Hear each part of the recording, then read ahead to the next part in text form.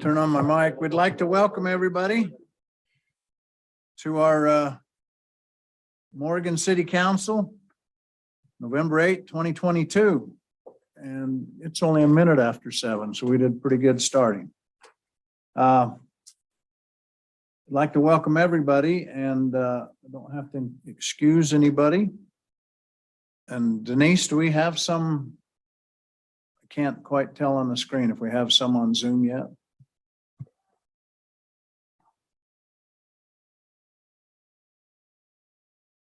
Okay, we'll keep our eye peeled for that.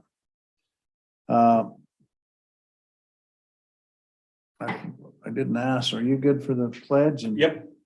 I'll say the prayer. How's that? Okay. Everybody please rise. Repeat with me the pledge. I pledge allegiance to the flag of the United States of America and to the republic for which it stands, one nation, under God, indivisible, with liberty and justice for all.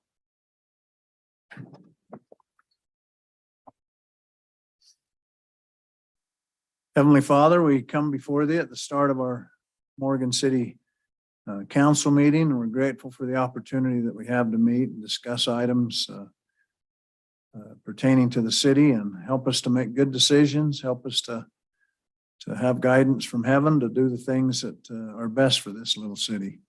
We love our city. We love everybody here, and we appreciate the opportunity that we have to be here. And we say this in the name of Jesus Christ. Amen. Amen. Okay. We go to item C, approval of the meeting's agenda. Mayor, I will make a motion that we approve of the meeting's agenda. Okay, do we have a second? I'll second that. Tony needs to turn on his mic. Mayor, I make a motion that we approve of the meeting's agenda. Still seconded? I still second it. Okay, Tony made a motion to approve this meeting's agenda, and that was seconded by Eric. All in favor? Aye. Any opposed? Hey Denise, that's unanimous. On the consent, on number 2, the consent agenda, we have city council meeting minutes from October 11th, 2022, and then council meeting minutes from October 25th, and the warrants from 10:07:22 to 11:04:22. Has everyone had a chance to review the minutes and warrants? Okay, is there any discussion on that? Any changes? Mayor, I'd make a motion to approve the city council meeting minutes of October 11th, the city council meeting minutes of October 25th, and the warrants from 10:07:22 to 11:04:22.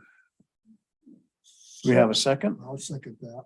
Okay, Dave made a motion to approve the city council meeting minutes of October 11, 22, October 25th, 22, and the warrants 10:07:22 to 11:04:22. All in favor? Aye. Is there any opposed? Okay, so it was unanimous. Well, you gone, we left, so you didn't ask any questions, so we just approved them. That's a good strategy right there. Welcome, Cal. Appreciate you being here. Did you get that hog down there? Oh, yeah. Okay. Okay. Denise, has there been anybody that's requested a comment? No, we didn't receive any. Let's go right to the active agenda, item A. Consider adoption of a resolution authorizing the issuance of sales tax revenue bonds.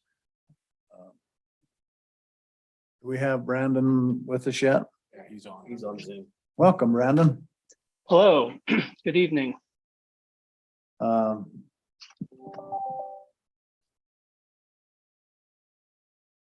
Open open that with a motion? No. Oh, okay, that's what I was You can thinking. just turn it over to somebody. Ty, do you want to Maybe. start us and then Brandon will get some input from you? So as you know, we've been working on this bridge project for quite a while, and we received bids. And part of the back and forth with UDOT in order to get it even to go to bid was working with us on our match and match requirements. So we got bids, we got a total dollar amount now for the bridge, and our match portion has been identified.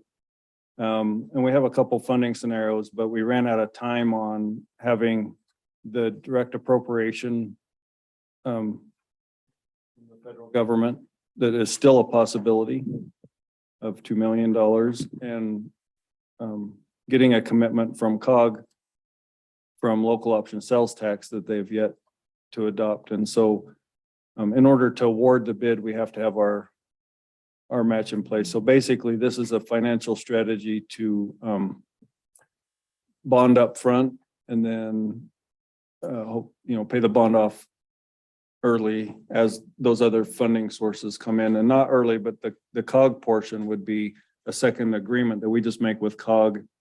So, we're guaranteeing the bond, but we'll just invoice the COG for their portion of the payment, if that makes sense. So given that scenario, what I'm proposing is not only just funding our portion of the bridge, knowing that we'll have those other dollars to make our bond payment, but to do the road improvements at the same time. The bid or the engineer estimate on the road improvements I just got today, that right at $900,000 without sewer, and then $1.5 million with sewer. And we can handle the sewer funding through sewer funds and impact fees that way. And so just strictly speaking with roads, 4 million would be for the bridge and the road. So just really appreciate Marcus answering my calls whenever it's after hours and tell him I've got a fire drill, and he's like, what?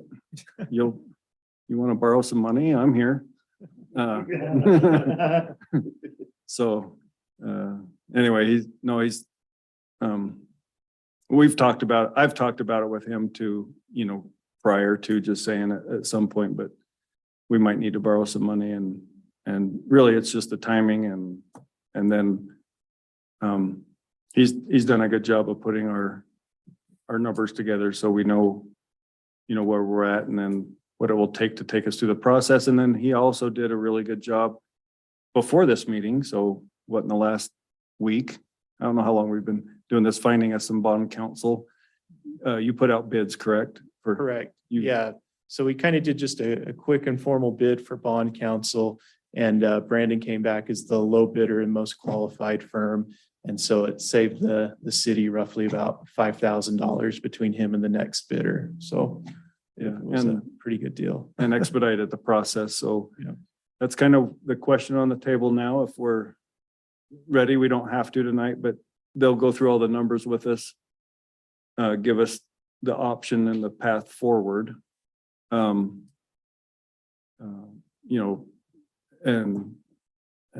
answer all your questions. And so are there any questions of where we're at or what the bond is for before we get into the numbers and process? I can go ahead. May I ask a question? So help me, Ty. So we said we got a bid for the bridge at 4.8 million. Is that correct? Yeah, so the bridge is 4.9. 4.9? Yep. And then, so you're saying that the road improvement is 900,000, is that correct? Is that what you just said? Yeah. So we're looking at a total of 5,800,000 for this total project. Yeah, and we have 2 million of grant towards it already. That will take it down to 38. Yep. Okay. And that's And what then we have another possible 2 million with some federal Correct. That if we get that, we would just apply that towards the bond payment. So you'd end up net about 1.8 million, is that right? If you had to, in an ideal situation. And then, and the COG money is estimated at 500,000 a year Right. in new revenue. So, if, Ty, that's been already approved to set aside for this project. The COG money. not formally, it's been verbally and they, Okay. but the local option sales tax was voted on. So the revenue was there. They just didn't do it by resolution. So it's a procedural thing. And then the secondary process is to have a recommendation from COG. But what we'll have for the COG meeting is that, if we bond, we'll have an exact bond payment that we can just do a secondary agreement and tell them, hey, this is how much the bridge is going to cost us. And knowing that the city and the county are 2/3 of the COG and it's beneficial to all three parties, it's pretty low risk in my mind that we don't get support, if I said that correctly. So, see, I promised you I wasn't gonna talk tonight, Jeffrey. So, Yeah. So if this 4 million come about, okay, do we just put that toward the bond? Do we just pay the bond down as quickly as we get that money? Is that the idea? Mhm. But then this payment schedule would remain the same, or would this payment schedule be altered, or? So I can. You can speak to that. Okay. Some of those things that we probably put in there. Would that kind of answer those questions you have on? It sounds like it, yeah. Okay. I just want to make sure we're on the same page of where we're at, what the bond does, and then we'll go. So I'll turn it over to Marcus if that's okay. Marcus, yeah, if you'd like to Yeah. ease our apprehension. Yeah, let me go ahead and I'll jump into some of the kind of technical aspects about the bond process, some of the numbers we put together. Ty, I don't know if you have the coverage sheet. We'll probably want to go over that at some point to kind of help you understand what will be pledged, what the anticipated bond payments would look like. And then once I'm done, answer any questions, and then perhaps Brandon on the next part, if you want to move forward, Brandon can go over some of the details pertaining to the actual resolution and the bond document. Does that sound okay? Yeah, and it's this page with the little tiny numbers on it. I printed the coverage, the debt coverage. Wait a minute. That's not our packet. We got that. It's one that you gave us. Yep. We got it today, right? Logo on the bottom of it. It's the one that I need my readers for. Could we use a little smaller font? on this end? Yeah. We're all aging, so. We're trying to save trees, right? Well, Isn't Yeah. So, yeah. Use a magnifier on my phone. So if everybody has that page out in front of them, so what I did is, so when you issue revenue bonds, just as a reminder, you have to have a pledge of revenue behind it to actually pay for the bond, legally speaking. And so when Ty called me about this road project and the bridge project associated with it, the first thing, we kind of looked at was we looked at your class B and C road funds to see if maybe we could just use that. Unfortunately, because of the size of the bond, there wasn't enough coverage. And what I mean by coverage is there's a pretty simple formula we use that says the annual debt payment, so your total net revenues of whatever you're pledging divided by the annual payment of the bond. Typically, in this case, we want to see it 2 times coverage. So all of your revenues that you're pledging needs to be 2 times greater than what that annual bond payment is every year for this. And so as we looked at the different options, we said, okay, well, let's look at your other options here too.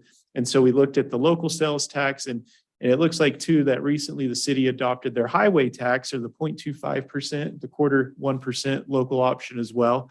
And so with those two combined, when we looked at it, which in our industry, we just call that the sales and use tax, or a sales tax revenue bond.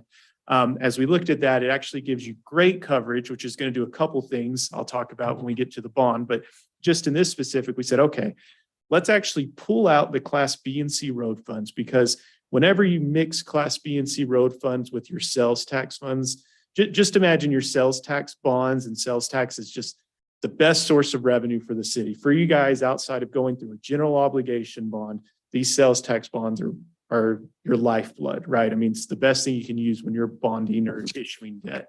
When you add Class B and C road funds to it, all of a sudden you have restrictions that you have to put in there from the state. So bonds can't exceed 10 years. There's an 80% rule that you have to maintain, and so on and so forth.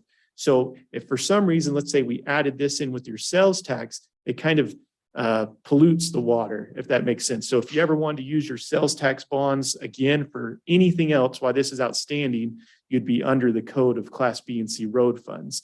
So sorry to get very deep, but I just wanted you guys to understand why we're looking at these two pledges of revenue specifically. So it doesn't mean that you can't pay this bond down from your Class B and C road funds. It just means that the creditor expects that if there's not enough Class B and C road funds to pay the debt service or other funds, wherever you want to pull it from, that he has the right to say, well, then you need to reach into your sales tax and make sure you're paying me out of this revenue source. So that is your pledge of revenue towards this, is what we put in it. And that's going to do a couple things related to the bond. So currently right now, as I talked to Ty, we're structuring the bond as a 10-year debt service. There are some specifics in the parameters that give us some flexibility on other things that Brandon can talk on, and I'll follow up on as well too. But for the time being, we're structuring this as a 10-year debt service bond, or that will pay off in 10 years. One, because we don't really like doing road projects past 10 years, because it sometimes gets people into a bad cycle of, well, now we need to maintain the road and redo it, but we're still paying bonds on it if we go much further than that. So a lot of towns have kind of gotten in trouble with this bad cycle. So we're like, hey, if we can, let's just structure it for 10 years. That's more the conservative approach on it. And also too, what this does is, based off this debt service and this schedule I've put together, you can see on the right-hand column, that's the most important part, what the coverage numbers look like. So on a 10-year debt service, so even on the conservative approach to it, if you look at this, the way that we're structuring it, with a small interest payment in fiscal year 2023, and then you do your full payments in 24 all the way down to 2033, your coverage at the very lowest is projected to go to 2.75. That's great. Anything above 2 times is thumbs up. People are going to want it. People are going to want to bid on it and buy it and, give you great rates on it. So that's one reason we wanted to do this too, is a little bit stronger with your sales tax, is we believe you would get stronger interest rates, so lower interest rates from bidders, compared to if we just maybe tried to splice it up with your highway tax and B and C and left out the local sales and a few other combinations. So what we're doing is saying, let's try to give it the strongest credit possible, make it a conservative bond. But as we ran the numbers, we realized, great, even if we do it all these ways to try to get you the best rates possible, you're still going to have ample coverage on this. So we don't need to add Class B and C in it as well and kind of muddy the waters. So in this case, the process would go, if the city council decides to move forward, what we would do is we prepare a small credit package that we send out to a list of purchasers across the country. So in this case, we're Zions Public Finance, different than Zions Bank. So we act as your municipal advisor. We help structure the bond. We help make sure everything's in order. Obviously help bring on other professionals, including bond counsel, to help in the process as well. But we help you find a purchaser for this. So we help you bid this out. We have a list of over 30 purchasers around the country that we think would be interested in bidding on this bond, and we give specifications. So in this case, when we talked to Ty, he said, well, one thing that's important to me is I want to be able to potentially prepay on these bonds without penalty. So a lot of bonds will have a call feature that even if you make a prepayment, the investor or the purchaser is still going to be made whole. So you're going to be paying all the interest that he would have accrued anyways. So when we structure these bonds and put them out to bid, we're going to put under the call features section, prefers flexible call features, in order to be able to get you the most flexible call features without sacrificing your interest rate, if that makes sense, because there's kind of a little balance. If they give you too much flexibility, perhaps they want to raise the interest rates a little bit. So sometimes they'll say, well, I'll give you a 2-year call protection. Then after 2 years, you can pay these off without penalty. this is what my rate is, maybe at 5, maybe at 6. Some may come in and just say, hey, I want to be competitive. I'll let you pay it off anytime with 30 days notice. Here's my bid. They may really want the credit on their books. And with this being a sales tax bond, we think we're going to see a few of those bids come into play. And so I apologize, long story short here. So in this preparation and why we kind of push this meeting up a little bit is actually when we reached out to Brandon to bring him on board. One thing he said was, if we're trying to close these before the end of the year, I think it'd actually be prudent to see if the council would be willing to look at the parameters tonight versus in 2 weeks, because the bonding process is actually a process. So after the parameters resolution, if it is adopted tonight, then we'll have to hold a public hearing. So we have to notice it in the paper, give the public ample time to review it, ask any questions, hold a public hearing, receive input. And after that time, once it's published in the paper, it starts our 30-day contest period. And after those 30 days runs up, which we're looking probably about mid-December, then we can close the bond anytime after that. So it's still a process. It's still kind of a moving target on closing and everything else. But we feel like since we're able to do this today, we'll have flexibility so we don't have to maybe close this one on Christmas or anything like that. Ruin the mayor and Ty's holiday plans there. But so that's kind of what we're planning to do with the bond. We don't know the specifics of what the rates will be yet, but when we get the bids, we anticipate, we'll run the analysis, we'll work with Ty, we'll work with the mayor, we'll work with others that maybe want to include it on the distribution list. But at that point, we'll understand what the bids are and be able to lock those in and move forward with closing the bonds if that's what the city wants. So did that kind of explain? I know that was a lot more than just the call feature question, but hopefully that gave you kind of insight on how the entire process is supposed to work from start to finish. Question on the coverage. You talk about it being adequate with the tax money. What if we needed to bond down the road and use that same stream of income or revenue? Do we have an opportunity, or have we used it all right now? So you're running at about 2.75. You don't really want to go below 1.5 times coverage. Strong coverage is anything over 2 times. So that's why, yes, you do limit your options on how much you can borrow in the future by doing it this way. So you are kind of locked in a little bit on it. But for instance, let's say you had another road project and this one was maybe a smaller one. You actually still have availability to use that Class B and C road funds on a smaller project because we're not doing it on this one. But if you wanted to look at something more sales tax specific, like you said, well, we need to renovate our city hall, that's going to be X amount of dollars, then we would have to say, okay, how do we want to structure this bond? How's it going to affect the coverage? Do we have ample coverage to be able to issue this amount of money? Now, if the bonds pay off early, obviously that's going to, get rid of this and we can resize coverage and everything else. Or if you guys get lots of grant money and they pay off completely, then everything's freed back up. And obviously then it would just be constrained on your annual revenues. So if there was anything significant that we don't have other revenue streams that could fund that, we're probably looking at a general obligation. Well, in your case, I would actually suggest if you had another project, specifically if it was like a building, so library, renovation of city hall, some kind of physical location type building, I would actually suggest even outside of sales tax, probably an MBA lease revenue bond. A lot of cities do that instead. So it's kind of a way to get around a general obligation bond. But the thing is, most of the time you're still paying it from your sales tax. So I don't want you to think, oh, money just kind of appears out of thin air, right? So, I mean, this will be, I don't want to say a burden, but it will be deducted from some source of revenue at the city. Now, Ty's talked about ways that he thinks this will be offset because the county and other ones will participate to pay their portion. But at the end of the day, I want to be very clear, if for some reason none of the grants come in, none of the other people participate, the city is on the hook to make those payments and you would be legally held responsible for that. So I don't want there to be any kind of misconception that is kind of the risk reward of issuing the bond. So Ty's given us proposals of 2, 3, and 4 million. Is there interest? Would a creditor even be interested in a $2 million deal?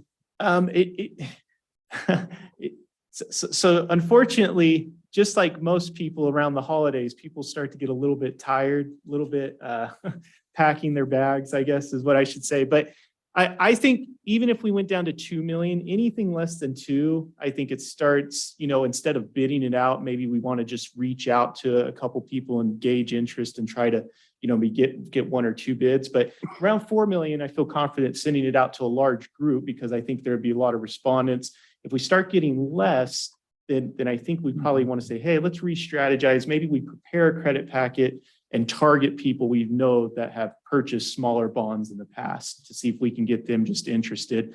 And then instead of them saying like, well, gosh, I don't want to bid because I don't know if I'll win type situation. Then if we engage them directly, they say, oh, well, my chances of winning are probably a little bit higher because, they're only working with a few people. So let me, I'll do the due diligence I need to. But the nice thing, and Brandon will cover this in this parameters resolution that you're looking at tonight, is the amount is up to 4.1 million, but everything we discuss, and it's for flexibility reasons, is up to. So Ty could come back to us, even if the parameters resolution adopted tonight is adopted at 4.1 and say, actually, we've decided to downsize it. Great, we can go anything up to 4.1 million without having to come back to the council. And, obviously, based off the mayor's direction and Ty's direction, that's the way we'll structure the bond and bid it out, whatever you tell us to do. So Just changing gears, it looked like the interest rate increases every year and I can appreciate rate risk, but 10 years, there's a good chance rates will start to go down. let me look at it. So what we're running it at, so we wouldn't anticipate any kind of rate volatility on this one. So if you look at the second row, it says new debt service, and the first number at the top, 71,865, and then it drops to 48,7,292. So these bonds are issued in increments of 1,000. So they're always going to be a little bit different year over year, but this would be a fixed rate. But again, we are telling a lot of our clients, please look at flexible call features, even if you have to pay an additional 5 or 10 basis points for it, because I think you hit the nail on the head. Regardless even if you pay these off early, which is a good thing for call flexibility, we have the same thing. We think in 2 to 3 years, the Fed's going to reverse course potentially. And this may be, if you don't pay it off, a chance to refund the bonds at the very least. So that's a great point. So how would this compare with rates, say, 2 years ago? I mean, we've got it clearly, we're higher now, but how much does it hurt? We're in a whole new world. But I'm happy to answer that. I wish I had better news to say, but so we're running these 10-year rates at about between 4 and 4.25. So that would be tax exempt bank qualified bonds.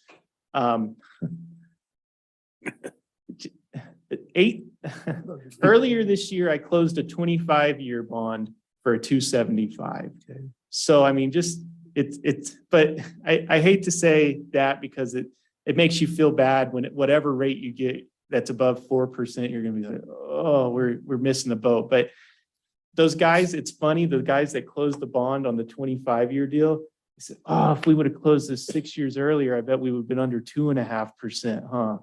And they may have, it very well could have been. So So a counter question to that though it's all about is, perspective. but costs, right? So we're talking the cost of money versus in competition with the cost of construction and cost of product.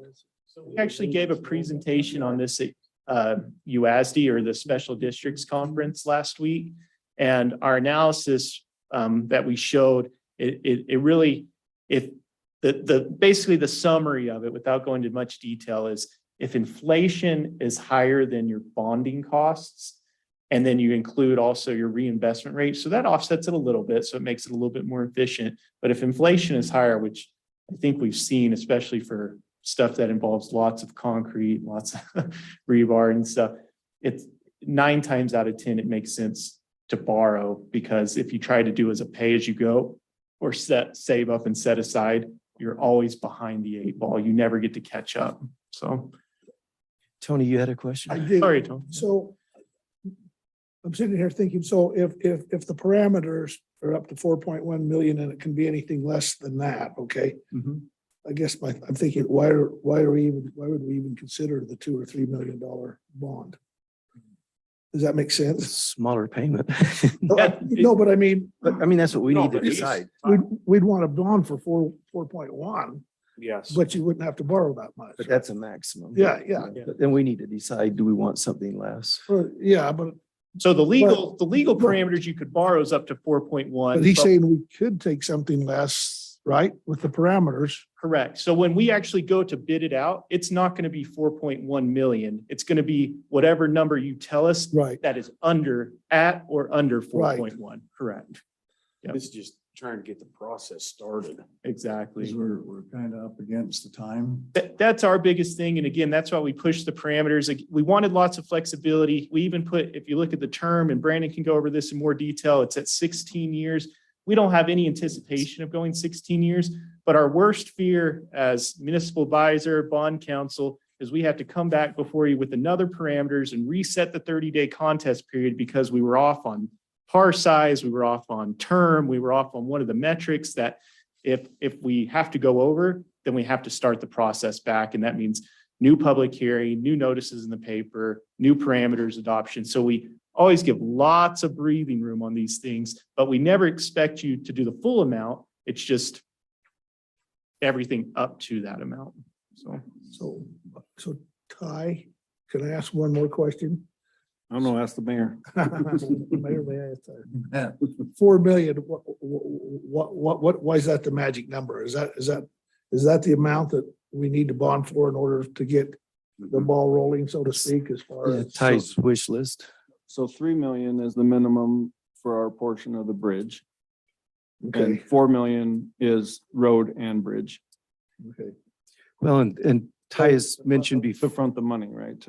Ty's mentioned before, 2 million's an option, but then we use all of our capital money. Okay. So if we borrow it, we can leave some in the bank. But when we were talking the other day, you also said that this would help with UDOT and showing that we have the funding, that we're ready to go. And I mean, I guess my question, does this expedite or help us out in getting the Lock bridge the project project in. started? That's exactly what it That's what does. we're doing, It right? puts our match in place, Okay, right? And So- it completes the whole project. It takes it all the way Okay. through. So basically the way it works is we put our funding in place, and we can award, or UDOT will award the bid.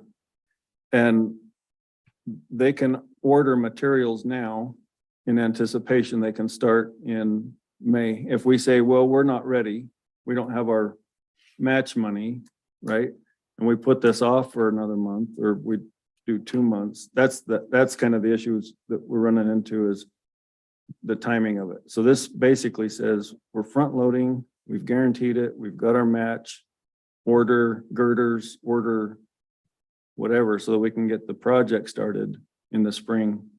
we're ready to roll. We're ready to roll. And then they manage the whole project, but we cost share expenses, right? So that 6.77%. So we have a $2 million grant. And as the bills start coming in, and we've already done that through engineering, we've already started to spend, we've spent like 800,000 just so far. And we keep getting 6.77% until the 2 million runs out, and then we just start paying 100% of everything from that point forward. Right, so we pay more on the back end. But it'll be on our books, ready to go. Marcus, you mentioned maybe upwards of 30 interested parties in the bond. Our local bank here is part of the Glacier Bancorp, the regional bank that, and in fact has taken, including this building, some of the work that the city's done. Can they be part of the process? Would love to have them on there. I know when we refunded the county's road bonds, gosh, this was like 6 or 7 years ago. I think they actually owned it, and we went to go refinance it. They actually called, you all probably don't remember, he was my mentor, Alan Westonsko. They called him and said, hey, we want to be good partners with the county. Just tell us, give us a rate. Where do you need to Tell us be? what we need to be at, because that was when rates were really low, so they knew there was going to be competitive, and so they just wanted to continue to be partners. So I'm happy to reach out. I believe we do have a contact at Glacier. If that's part of their syndicate, Glacier Bank sounds familiar on our list. So they'd be one. The list also includes banks like JP Morgan Chase, US Bank, Key Bank, Wells Fargo, other local banks as well, including State Bank of Southern Utah, Bank of Utah up in Ogden. And so there's potentially lots of participants that would want to look at it. So especially, again, I don't want to scare you off. Even if it was at 2 million, I think we can still get a good potential pool, but I think we'd probably strategize and say, hey, I'd look at the bankers in my office calendar, say, hey, who's bought smaller deals? Great. These are the 4 or 5. Let's throw Glacier Bank on there too. And then let's just reach out to them and give them a call versus kind of a scattershot email. But Thank you. Ty, a question for you and maybe the mayor. As you look out there down the road, do we have bonding needs that you see coming up? Or are we good for a while? Yeah, I think we're good for a while. We've, out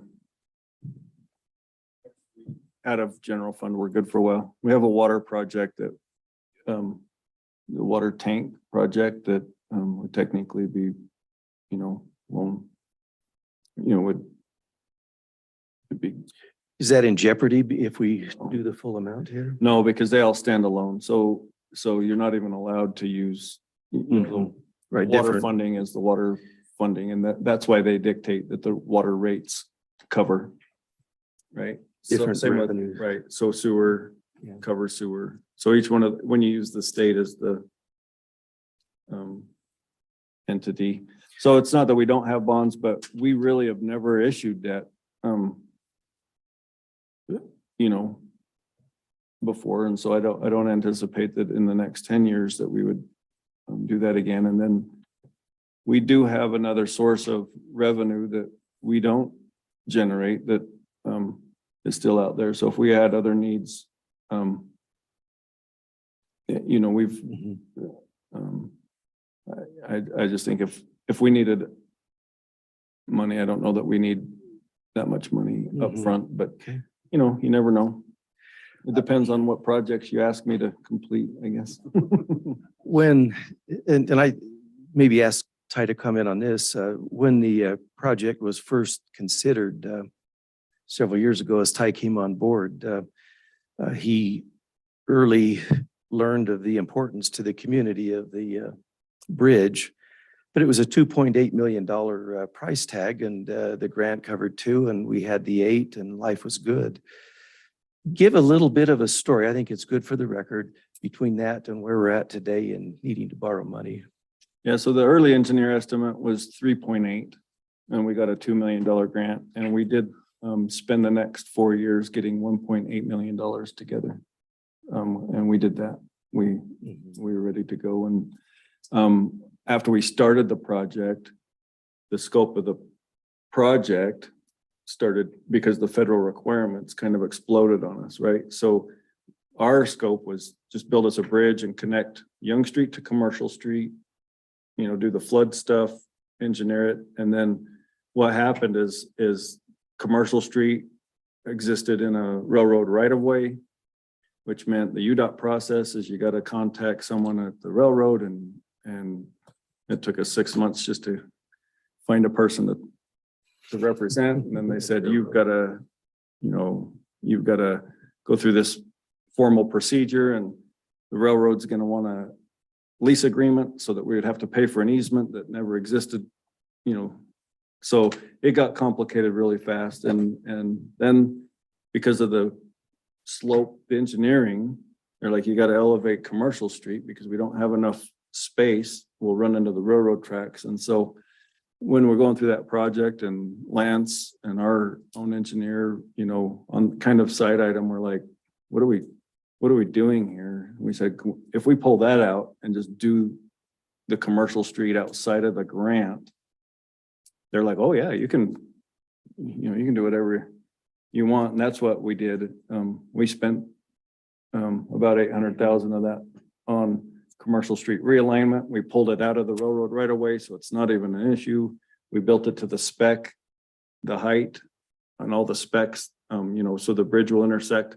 The other thing we did is we elevated Commercial Street so that the Young Street side of the bridge wouldn't be so long and so elevated. So at one point, right there where the Jenkins driveway intersects the road, it was gonna be 14 feet higher than it currently is. So you can imagine coming from her house and seeing 200 feet of driveway, 14 feet above where she left her garage. 15% slow.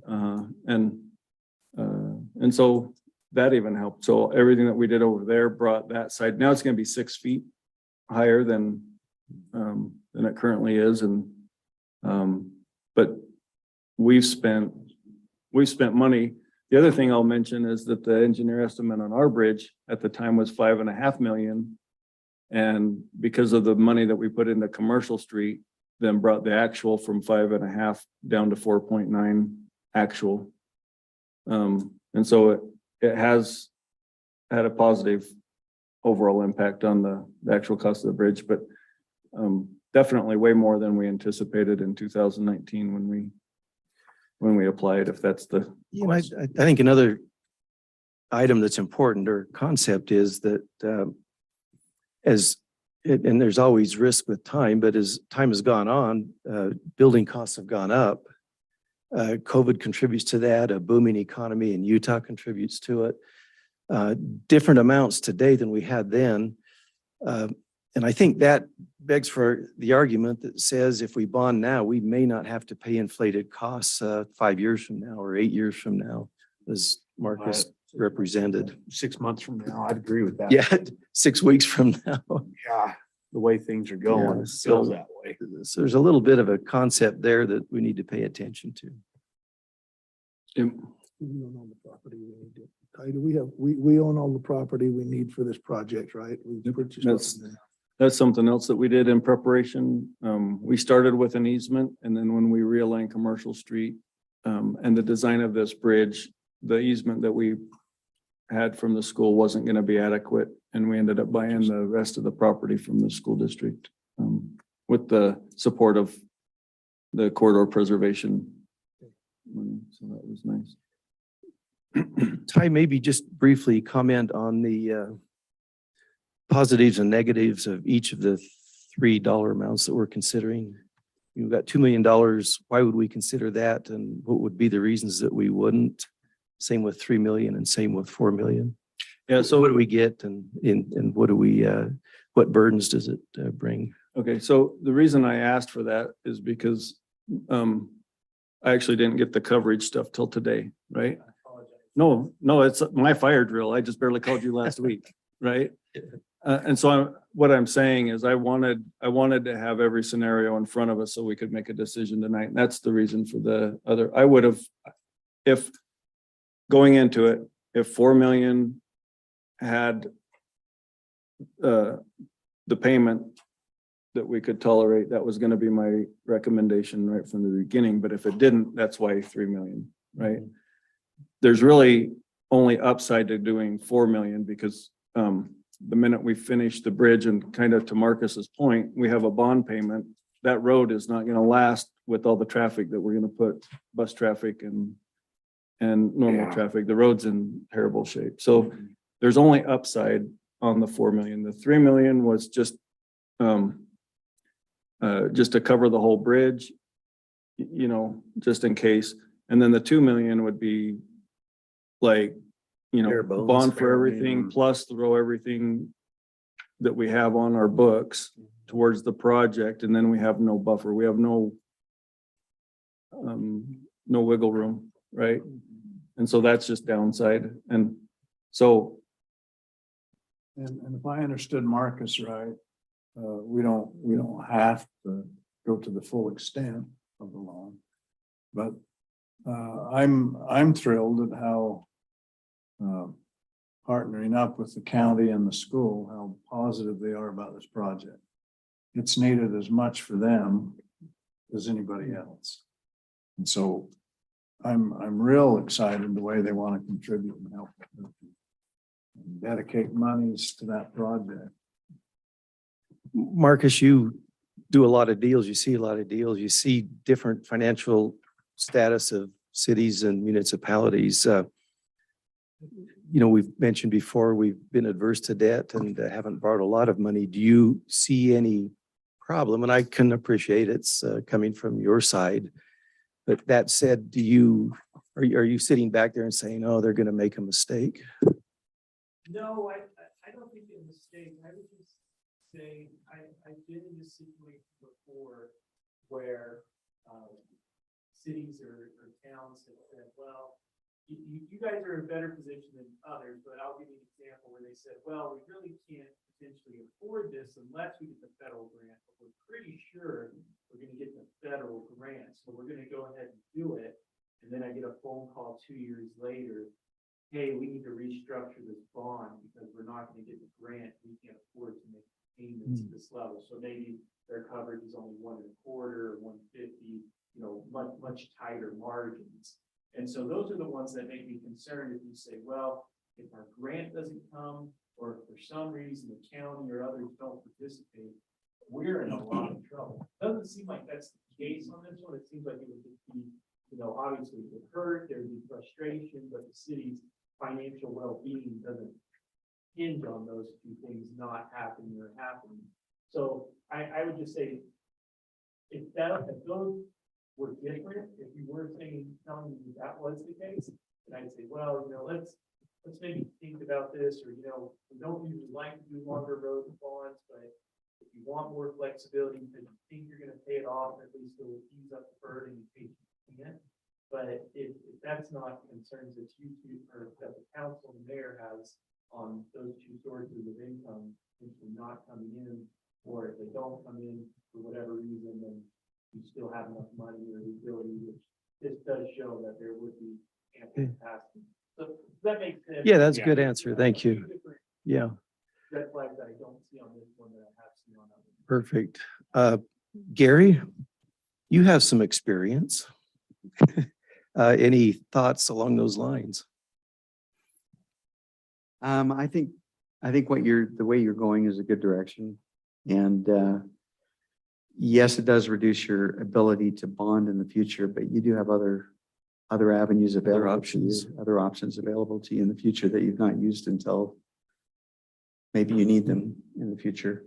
But you do have, there's other options available to you, but seems to be a pretty good estimate of what you're going to be able to, I think you'll probably get the grant. Yeah, I think that those comments fall in line with the community. We talked about the school, the county, and the city. This is a high priority. It is. Okay. It's been high we've been discussing it for a decade. Yeah, for multiple years. And if I Longer can than- comment, we're really not grant contingent. If that makes sense, Like the Marcus grant, was saying, the grant makes it a way better scenario, but before we even applied for that 2 million, we're prepared to just not do other road projects if we had to. So if we weren't bonding, we didn't have a grant and the county wasn't gonna help, or the COG wasn't gonna contribute, we would still be moving forward. But if you think about it this way, we'd still probably be bonding, but between our BNC and our local option sales tax, that's $478,000 of road money going to the road project. And so the real pinch point or the pain would be knowing that we're not keeping up on our current road maintenance, but financially we could, we could get by. So this scenario doesn't mean, hey, if we don't get the grant, we're going to be in that scenario. It just means if right now, if you look at it and we bond and it's just between us and the COG, and the COG has up to $500,000 a year, the 2 million at this point just kind of cuts it in half and says, hey, your burden's a lot lighter than it was. So it's a bonus scenario more than it is now, than it was. But when we requested that money, the county hadn't adopted any local option sales taxes. So it's kind of a good, it's not a desperate situation we're in. Now it feels a lot more strategic and like I said, on the 4 million, it's all upside for me. So. Ty, talk too a little bit about public input, our hearings and meetings and so forth that we're going to happen quick like also. When's our a next- Marcus Is that question. okay? That would be something Brandon usually addresses as part of the parameters. Perfect, Brandon, you've resolution. been too quiet Is there. that okay? Here's- But this would Please. move to the next item on the agenda. So this would be the action item, just so the mayor knows this is what this is pertaining to. Okay. We're excited to hear from you, Brandon. Well, I'm excited to join you. I apologize, I can't join you in person, but I welcome the opportunity to work with the city. The resolution really just formalizes what we've already talked about here. The key parts of the resolution are what Marcus already mentioned. You're authorizing up to $4.1 million of bonds. Again, it's been mentioned several times. You don't have to issue that much. You can issue up to that amount.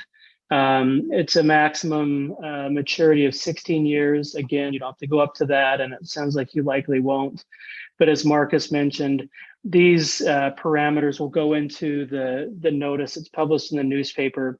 And once they're published, they're kind of set in stone. And so if we did say 3 million, and you came back and said, oh, we really need 3.3 million, then we'd have to start this whole process over. And so, as Marcus mentioned, we aim a little bit higher just to make sure we don't have to do this again. If we have to do it again, it's not the end of the world, but we basically start over.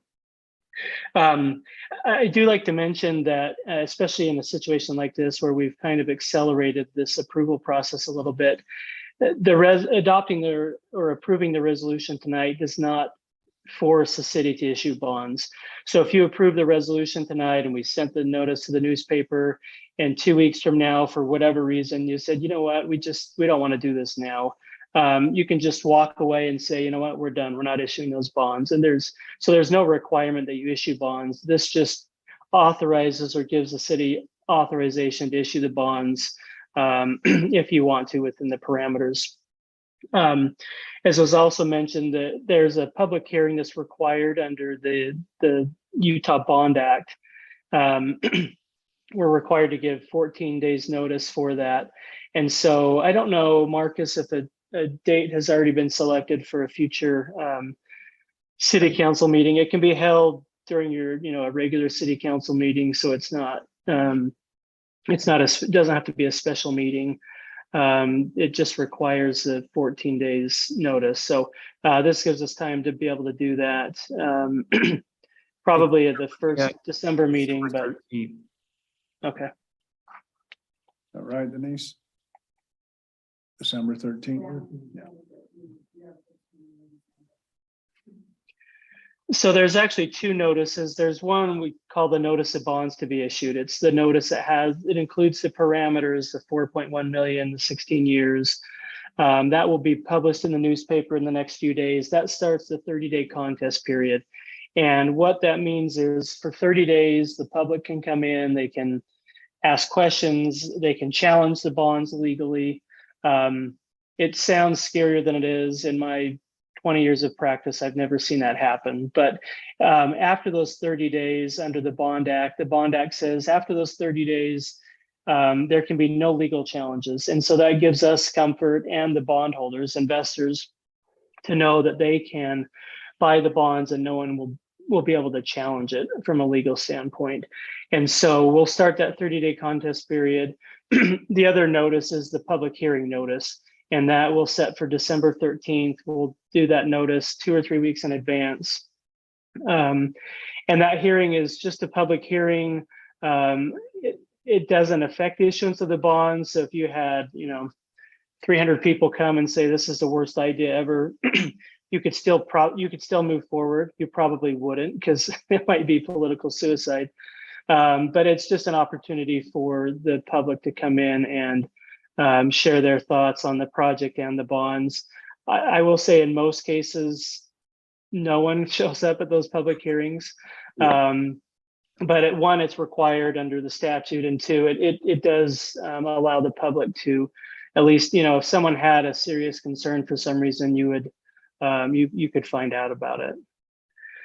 And those are the key parts of the resolution. I just wanted to reiterate one thing that Marcus said, and because it was a question that came up. The sales tax bonds will be issued under an indenture, and that will pledge the city's sales tax bonds, but it's not a one and done. And so after you issue these bonds, you still have the ability to issue additional bonds payable from sales tax. You would just have to meet the coverage table that is in the indenture, usually around 150% or something. And so if a smaller project came up down the road and you wanted to use sales tax bonds again, you could do that. Or if you paid off these bonds or paid off $2 million, that opens up space, if you will, to issue additional sales tax bonds. So it's not a one and done thing where once you issue these bonds, you can't issue any more sales tax bonds. Not that you have plans to, but it allows the city to issue bonds as long as you meet that debt service coverage. How is the public notified of the hearing? You said, how are they notified? Yes. So that's the hearing notice is posted on the state public notice website, the same way that agendas for the city council meetings are posted. The form of that hearing notice is actually one of the exhibits to the resolution. And I mean, it's pretty basic. It just says the city is planning on issuing bonds payable from sales tax, and we'll put in the date there for the public hearing and inviting anyone that's interested to come and participate. So the first notice, the notice of bonds to be issued, is published in the newspaper. The hearing notice just is only required to be posted on the state public notice website. And it looks like the public has an off-ramp too if they collect 20% of the signatures. Yeah, I'm glad you brought that up because that one's special for sales tax bonds. But yeah, they do have the opportunity to collect signatures, and if they collect 20% of the registered voters in the city, signatures from 20%, then it would go on the ballot to be approved. Again, I've never seen that happen or even get close to happening, but you're right. There is that opportunity again. If the public thought this is a horrible idea and they could get 20% of the registered voters to sign the petition, that's what would happen. Okay. They usually save that for school districts. We'll remind them of that. That's all the questions I had. I would just say to our group, if someone does have questions, we've had some great discussion here. I think it's been well vetted. I would refer a person that needs more information to the last 45 minutes that we spent. Agreed. Okay. Is there any more discussion on this? It's just a little bit nerve-wracking for a guy that's kind of new at this. Yeah, new mayor. Well, I'll tell you what, let's just do it this way. Mayor, I'll make a motion that we approve resolution 22-46. A resolution authorizing the issuance and the sale and not to exceed a 4.1 million aggregate principal amount of sales tax revenue bonds. Okay, we have a motion from Eric. Do we have a second? I'll second it. And a second from Tony. All in favor? Aye, Roll call, because this is spending money. money. More discussion, maybe. Any more discussion on the Any more motion? discussion? Dave, Aye. Eric, Aye. Tony? Aye. Jeff? Aye. Jeffrey? Aye. Okay, Denise. There we go. vote was unanimous. You're gonna change up just a couple of things because I think it's pretty quick for Hilda. So we're gonna move this. Thank you, Well, Marcus. thanks. Thank you. Thanks for the omens. Oh, yeah, absolutely. Speaking of that, Okay, so in consideration of your time, Cal, we're gonna skip. Thank you, sir. Move ahead to item E, which is amendment to Title I, Chapter 1-15 of the Morgan County or the Morgan City Code by amending the consolidated fee schedule regarding the cost of water usage through a fire hydrant meter, ordinance 2210. So I've been in on a little bit of the discussion of this, but just a little bit. So I'm gonna ask Kel if you could kind of bring us up to date on what the plan is here. Okay, so just recently, we've been having Echo City come up and buy water from us because their spring's pretty much dried up, which we've discussed and we're happy to help them out. Which city, Kale? Echo, Oh, Echo, okay. there's that little tiny, I mean, I've gone and helped them locate lines before because they've got leaks all over too, I think, and they've got half the city shut off on their mains trying to find leaks and figure out where their water's going. And obviously they're small and don't have a lot of resources. But I know we've been letting them buy water, and so is Hoytsville. Holtville has a couple times, but I think they quit. So it's just mainly been us and Hoytsville that's been supplying them water this summer. And they've shut down all, like they don't, no livestock watering in the town, everything else, like it's, you shower and that's it. Go buy bottled water, like, so they've really cut down on it. But and then I had another guy come in that his well's out just up the road in Porterville, and he's been buying it, and he said he was only gonna buy it once a month, and he only needed 6,000 gallons a month.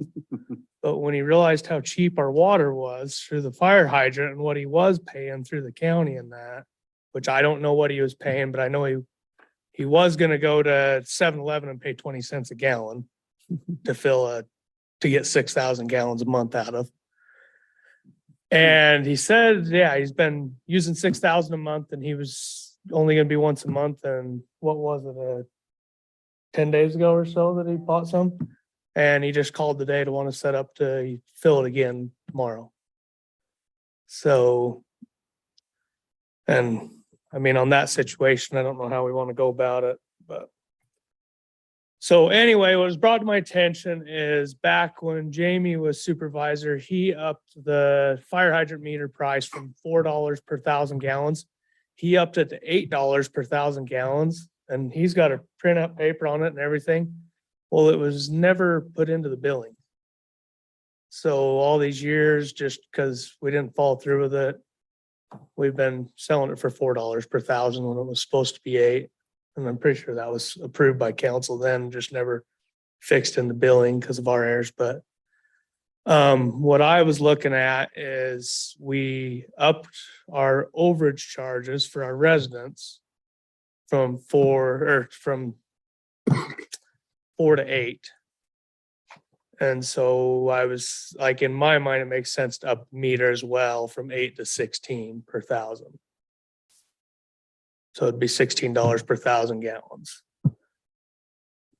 And I was just looking at it, like we looked at this guy, he put $6,000 gallons in, and he paid $22, which is less than our residents, which I think's pretty unfair. And I don't live here. I live out in the county, but I see it as kind of unfair, but that's my views on it, my input. How do you arrive at 16? Why wouldn't it, how do you know it's not 14 or 18 or 12? Well, and we're open to discussion there. I just doubled it. So we doubled the overage on our residents from $4 to $8. Mhm. So it was $8 on the hydrant, so I doubled it to 16. He's crunching some numbers here. What does that give us? Let's say we have a $31 charge for 8,000 gallons. Is that right? Yes, sir. Yeah. So if somebody bought from outside of the city 8,000 gallons of water, what would they pay at the $16 rate? $128. Another thing to consider though, too, and I'd like you to think about is those meters are 2-inch on the fire hydrants. Mhm. And if you look at our rates on a 2-inch meter, they're almost $186 a month. So they're still getting a deal. At $16. Yes. I see. So what I would just comment on the 16 is the resident's bill pays for the infrastructure, and then the water is just part of that. When you're coming and literally just selling water, that rate also should, Pay for infrastructure. yeah, because the treatment and all of the other, everything that goes into making that water available to a hydrant is the same infrastructure that it takes to take it to a home, right? And so it's difficult to say, hey, you know, what can I get out of a tap versus what can I get out of a hydrant? Because a lot of money's gone into that connection to a home. If you get what I'm driving at here. And so really our system isn't designed to say, hey, this is how we wholesale water, because that works against the system. But you don't, like that scenario that Kel just discovered, you don't want to say, hey, run up to Morgan and tap into a hydrant, because, you know, that's cheaper, even with hauling costs and everything else. That's not the point of it. And so the way our fee schedule is designed, it's just better.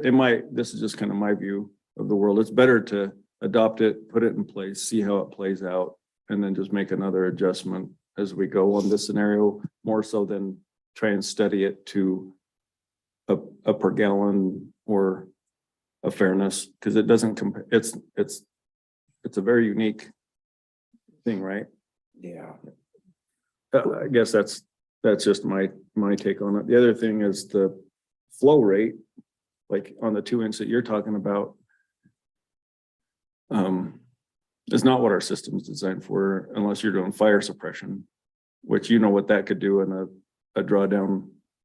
Like we know what capacity we have to have in order to support fire suppression. And so we really don't want to wholesale through, you know, that much water on any given point in time, but it is nice that it's an option, right? Yep. It's convenient. And we still have the option in place that if CenterPoint comes, which they've got a hydrant rented out for up subdivision, they're paying the 186 per month because they're gonna have it for months while they're working on the project. They're renting So that- meter. So that's 16 per thousand. I don't think works on that. They just pay the rate and they get X amount of gallons that you would normally get off a 2-inch meter. So then if they go over that, then they have to start paying the per thousand overage. Yep.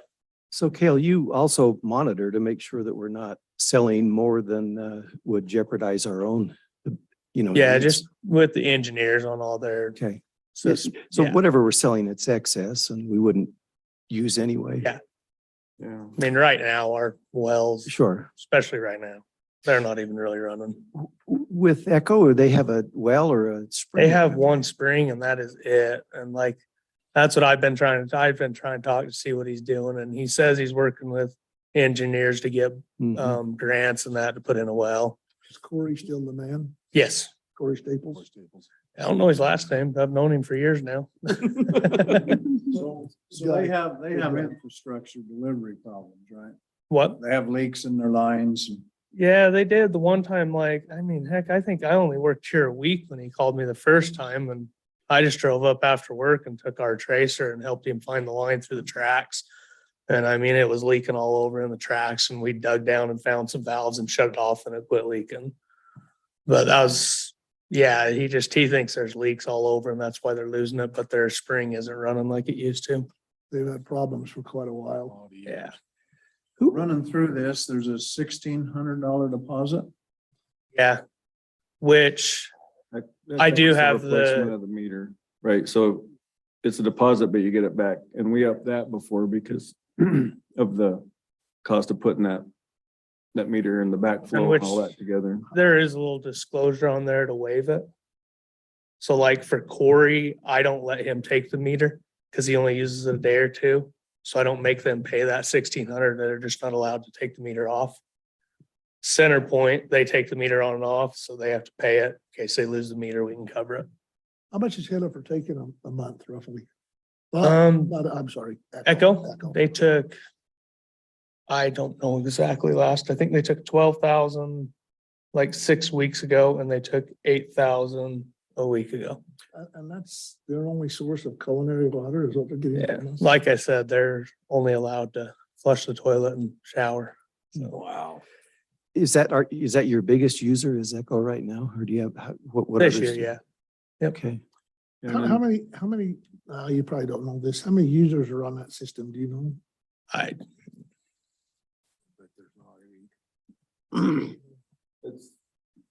It's only a handful, but if you think about the gallons that he just talked about, that's pretty much one home yeah, connection allotment. So they are, even if it's four, they're sharing. So it's, I mean, they're down to minimal. So this isn't like, hey, we're gonna keep them. We're not the solution to their water.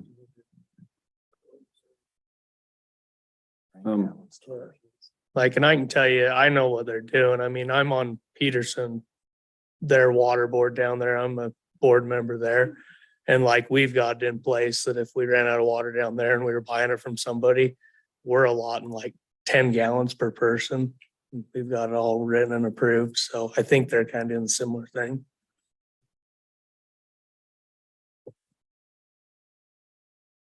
Okay, do we have a motion and a second? Or is there any more discussion? Mayor, I'd move that we approve ordinance 22-10, an ordinance amending Title I, Chapter 1.15 of the Morgan City Code by amending the cost of water usage through a fire hydrant meter of the consolidated fee schedule, providing for repealer, providing for severability, and providing for an effective date. Is there any more discussion or is there a second? I'll second it. Okay, we have a motion by Dave to adopt ordinance 2210. Ordinance amending Title I, Chapter 1.15 of the Morgan City Code by amending the cost of water usage through a fire hydrant meter of the consolidated fee schedule, providing for repealer, providing for severability, and providing for an effective date of November 15th. All in favor? Oh, whoops, that's a roll call. How about discussion for just a second? Okay, I'll play devil's advocate. Is this a fee that Echo's gonna be able to meet? And if not, what do they do for water? So can I answer that? It's pretty steep. I mean, when you look at it per user, it's pretty steep. So based on the alternatives and the money, I don't view it as a, I would be happy to get the water at whatever cost, because any other option yeah, and that's kind of what Kel's saying. It's like, if you have one user come and say, oh, I just found you guys are, so we're helping them. We're not trying to make money on them. We're not trying to be difficult, but for them to do any other options among that many users is a significant cost, and that's a significant cost they're about to pay. Anyway, I think the state's gonna be helping them, you know what I mean? Like, but is that even what your question is? I'm just saying to Well, I pay a guess, couple $100 and divide it up between however many users we're one of the options, but the other option, and the reason why we're even in the loop, is because the hauling costs to go from here to Weaver Basin is something else that they can consider. So, I mean, we're helpful, we're there, but really our concern of our costs, I don't think is, we're not trying to, I don't know what the right word is. We're taking care of ourselves and our needs and still making ourselves available, which means we're not taking on their situation in this scenario, if that makes sense. And we're not the only and last option. So, Well, I think Cale's point's well taken, and that is that it puts it more in line with the cost of a fire hydrant operation. We're still less than what it costs to do the fire hydrant at the 160. Or a 2-inch line. If you had a 2-inch line going to your property, we're still lower than that. Yeah, it's a big. I mean, I get where you're going, Tony, because I was sitting here struggling with it going, put yourself in their position, okay? It's different than Center Point. I mean, this is these folks' water. Right? And I'm not suggesting that $4, I mean, at that rate, they're paying about what we're paying for 8,000 gallons of water, for heaven's sakes. It needs to go up, no question about it. I guess I'm just concerned, are we putting them in a difficult situation? I don't think there's. I've heard Corey say this, Corey's been the water manager for years, I guess, and maybe I'm a little bit too close to this, but I don't think there's that many users on that system up there. So I don't know, it's a pretty healthy increase for them. You know, I was recently at a water system, Tony, where they've run out of water. And the reason they run out of water is their pump wasn't working and they drained their tank and they didn't have any water. It's a little teeny system. And I was talking to their water operator and I'm like, you should have done something about this a long time ago before you ever got to this point. And I mean, I know the situation they're in and I don't want to seem like I'm mean and callous because I'm not, but this problem should have been resolved years ago, years and years and years ago. If they, you know, I mean, I can think of numerous systems that are on a well or a spring, right? And they literally have a backup well in case the spring goes down. And I mean, I hate to be that callous. I don't want to sound that way because I'm not, but how do I put this? We're not the ones that got them in the situation. No. Well, and they've enjoyed less expense throughout all those years because they haven't maintained it. I mean, and I get it's a little teeny system, but yet you got to have your water rates in line to Do you know, cover your system. and I think Tony too, Ty's comment that I mean, we can make a similar readjustment if it doesn't work. Would probably even make an exception to it. I'd be more inclined to also offering any help that we can give with state assistance or, I mean, they've got to have a project in the works. I know They said they did. I know they work with. The state, there's not that there's an overabundance of money out there, but there's a lot of state money that we don't qualify for. Right, because we do such a good job maintaining our system. So between, I think that there's other help there. And if this is I don't view this as a deal breaker for us, but if we get that pushback, I think we just bring it back to council and say, you know, Well, I'm probably a little too close to this one. I mean, Corey worked for me up at the plant. He was one of my employees. sure, He's talked to me over the years several times about their water system. Rural Water, Kirk, what's his name? The guy with Rural Water, I forget his last name. And they've looked for some time at putting together a project and trying to find some funding and that sort of thing. So I'll probably just abstain from voting on this one. well, it's, I was gonna ask you, Ken, what, since you've been delivering or they've come and got water, how much about have they been getting? Anywhere from 12,000 to 8,000 every 4 to 6 weeks. Yeah, it's not much at all, really. You know, rewind 2 years ago when we had a similar discussion and similar concerns with raising our overage rate just for the city. And at the time, we said that could be a ticket in our pocket for when we have drought. And we've had 2 years of drought, and the overage rate. And again, it was a little bit of a throw of the dice. I mean, why we went from 4 to 8. How do we know that it shouldn't have been 10? How do we know it shouldn't have been 6? But it's held, and it was a starting point. So I think we've got a similar scenario here. We don't know what the future is, but nonetheless, it's a starting point. So if we take 12,000 gallons, and how long did you say? 6 weeks. 4 to 6 weeks, yeah. Usually. That's $192. And there's, But among however many. yeah, people say use 4 or 5 that are on it, do you think, that are using it? I think there's more than that, but Yeah. it might be in There's 10. a dozen. Yeah, there's not a whole. There's not a dozen. whole lot. I know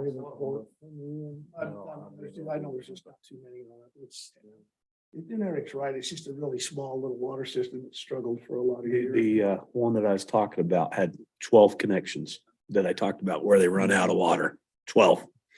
And it was like, and they were paying like $3 for a year or something. It was just, yeah, like, that's what I did, Kel. I went, what? I'm like, you what? What are you? I'm like, guys. So anyway, Okay, so we got a motion in the second. we have a motion. Does that still stand? Yes. Do we have a second? I did. Eric seconded. That still stands? Yep. Any further discussion? Dave, Aye. Eric, I, Tony, you're gonna abstain? I think so. Okay, Jeff, Aye. Jeffrey? Aye. Okay, the motion passes. Thanks, Cal. All right, thanks for moving me along. Thank Bet. you. you keep pushing Right. those. Uh-huh. You keep pushing those Yeah. buttons. Okay, now let's see, we're on item C, correct? No. Moving along pretty good. Okay, let's go to item C, which is an application to the Utah Governor's Office of Economic Opportunity, Go Utah, for the Rural Communities Opportunity Grant, Resolution 2244. And Ty, once again, will rely on you. Okay, so this is a grant application that I'm putting it together. The deadline's in a couple of days. Just to help with our downtown designation and promoting visitation. Create a visitor center, make the caboose a destination or a what do you call that? Like not a monument, but a attraction. Yeah. Attraction, work on signage and promotion material for the historic district designation that we have and support the local efforts there with the volunteer groups. Put out a grant for event center, see if we can't kind of pattern what we've done with the RDA and help with someone over the edge, create a small event center for the community. And then have event support on a mobile basis by a trailer and help store and respond or assist with community events as they happen on through a mobile basis. So we've planning and zoning commission meeting, a special planning and zoning commission meeting just before this meeting. And they sent it with a positive recommendation and also agreed to be the grant advisory board for this grant. I anticipate this would be a one-time one-time grant and then just close it out and be done. So kind of represents a significant investment in the current efforts that we've already been doing in RDA and downtown and recruiting a hotel and maybe just create a little bit better environment for the business community to have a few more people to shop at their stores and eat at their restaurants. I think that's without reading the entire resolution. Would you replay the last hour? Yeah, I tried to. 6 to 7. That Last, was my synopsis, but Denise has to listen to all this one more time, Yeah. so I should probably stop talking. Every time I walk by her office and hear my voice in there, I'm like, oh, you poor thing. And I think most of you were in attendance at that meeting, so this just basically agrees, to our financial commitment and that you're on board with the concept of the grant. Not saying that we will or won't get awarded the grant, but it's, in my mind, a opportunity to turn the 200,000 that we have budgeted in that effort into 650,000 in community benefit is basically what it does. We've already invested 247,000. we've invested that, plus we've done a couple of about $40,000 grants through the RDA for commercial buildings, and we have that hotel package over 10 years that was worth $1.1 million. So we've contributed significant contributions on our own, and we'll continue to do so. This just accelerates it. Well, it's having positive results. Investing in commercial streets been. Yeah. Way positive for the city. Yeah.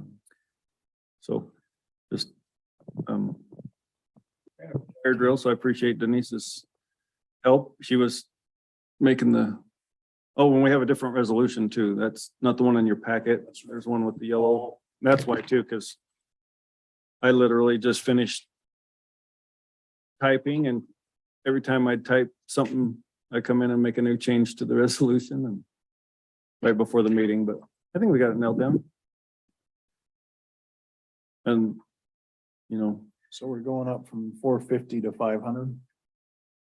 on the resolution, yep. Yeah, because that's the grant dollar amount. So what happened is when I was applying, I forgot to add our match money to the total project amount. So the grant amount is in the parameters resolution up to.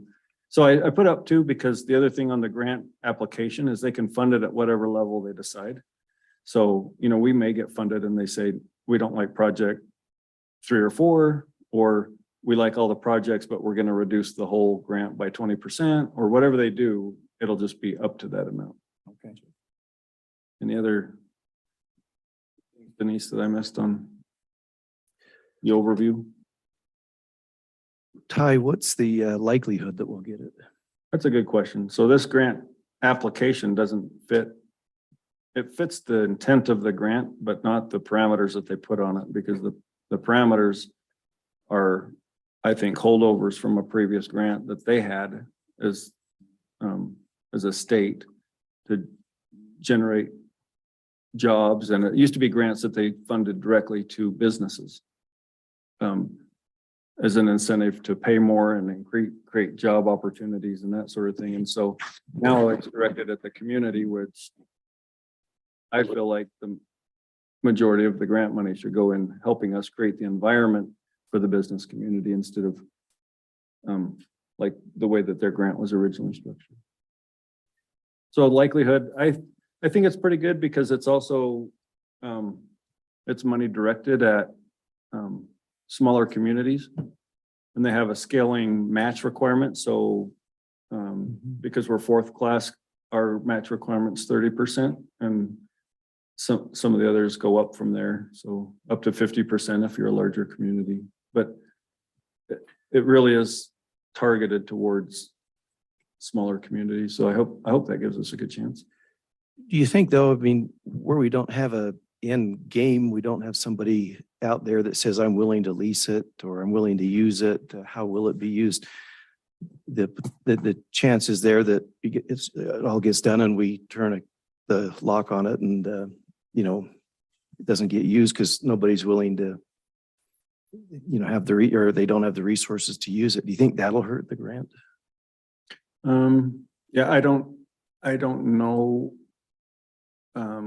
Because I don't have the ranking and rating criteria, right? So if it's a grant I'm more familiar with, or I've been through like on a committee where I can see what their line of questioning is, or you see what this score sheet looks like, if you want to call it that, Gotcha. on the back end, I'd be able to answer that better. But I think this is probably just more of a, how does this help the community, and recognize that we have the ability and that we're on a path more so than, and we're just trying to enhance what we already have going. It's not like, here's some grant dollars to be something that you're not, or we're not saying we want to be the next. Any idea how oversubscribed it might be? I don't think it's oversubscribed. I think, so my perception is that they reprogrammed the money and gave it to counties and they used to have A and B. So they give the counties $200,000 a year with an option to apply for more in project money. And I think what they got in project money built up over the last couple of years, and that's why they've made cities eligible. So number of applicants is probably up, dollar amount's probably up. So Anyway, I feel like there's probably a good chance at some level of funding. Really worth our time to go through the process. And Yep. so, More discussion? Well, Mayor, I will make a motion that we adopt resolution 22-44. A resolution adopting and approving an application to the Utah Governor's Office of Economic Opportunity for the Rural Communities Opportunity Grant up to $500,000. And I'll second that, Mayor. Okay, we have a motion from Tony, a second from Jeffrey. Is there any more discussion? And let's see, this is a Dave? Aye. Eric? Aye.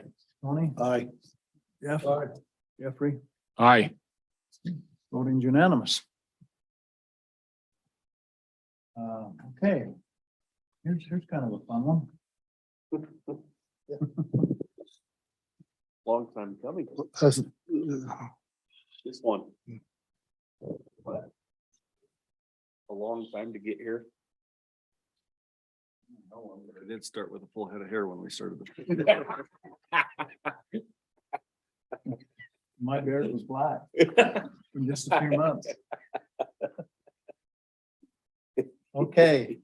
Let's go to item D. It's a land purchase agreement between Morgan City Corporation and North Morgan Water Users Association / North Springs Irrigation Company, resolution 22-4.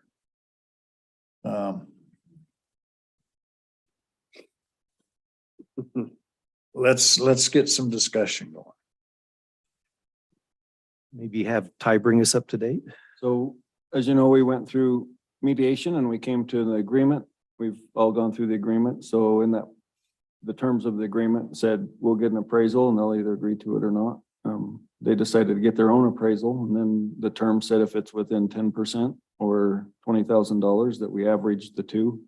And we previously agreed to that and got their appraisal back, and they were so our appraisal was 170, and then after we averaged them, it came out to 176. So we were pretty You were within pretty that close. Yeah, 20%.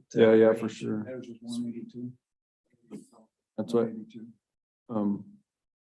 and so that's how we arrived at the 176. And so really nice that we don't have to go to a third or, some Yeah, other process to, it's good news because that could get complicated. Yeah. In a hurry. there's some other complicating factors, but we'll talk about that later.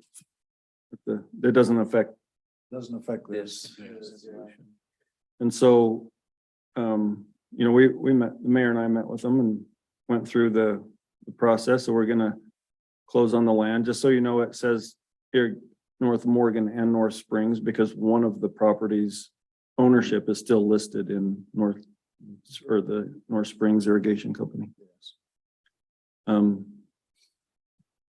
their water rights are all North Morgan Water Users Association, because they had those already combined. And so we'll start this, close on the property, and then they'll transfer all their water rights, and then we'll do individual agreements with each individual shareholder at that point, after we've received both the water right and the land, and then we can start. Those that have a connection. Yep, for those that have a connection, and we'll, Denise has a list of people that have already turned in their shares to the company, and then they've just been waiting for us to honor that agreement for this buyout portion to happen.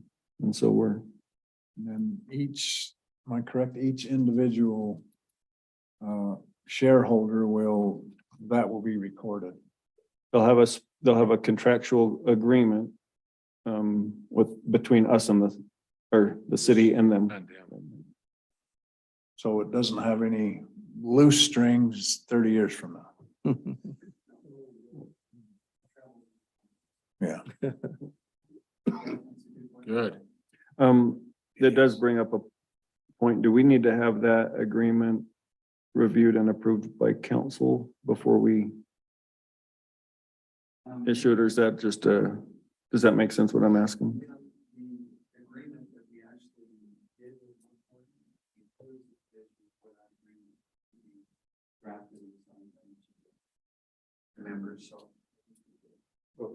We just don't have and it has the terms. So we just don't have a copy of the actual agreement yet, is what I'm saying with.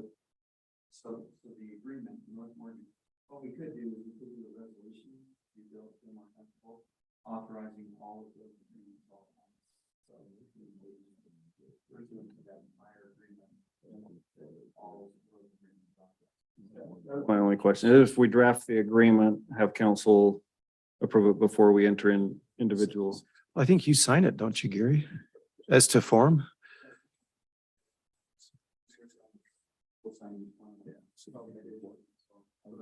Need to come in. Yeah, so the probably wouldn't hurt. I mean, our agreement with North Morgan actually says that we're going to draft what we're going to do. Okay. But if we wanted to. You could do that all at once rather than approving the form up. You don't really need to do that. That's in the agreement. That was my question, just because I really haven't thought past this part in the process. Yeah, it's been a while. So this could be our last real action on the issue as a council if we don't need to, if we don't need to bring it back. Yeah.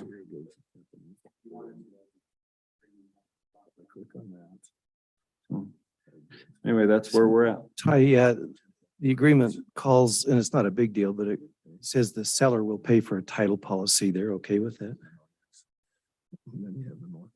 And title policy? Yeah, title insurance. Oh, title insurance.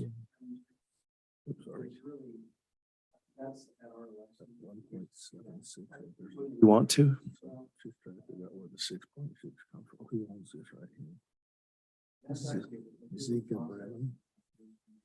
Oh, I'm sorry, it's on the land. Yeah, this. No. Yeah. Well, and it's 8:32.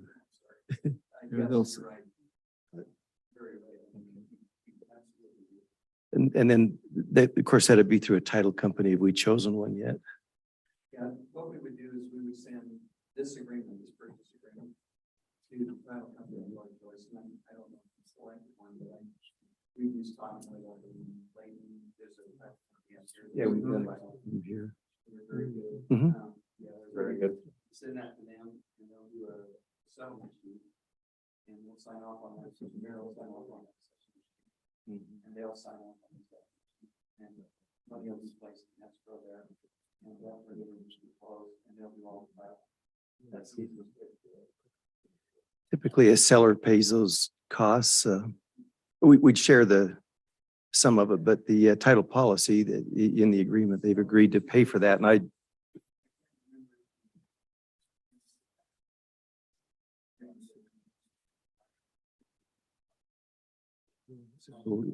insurance and then it made reference to it in the in something here that we've got that they would pay for it.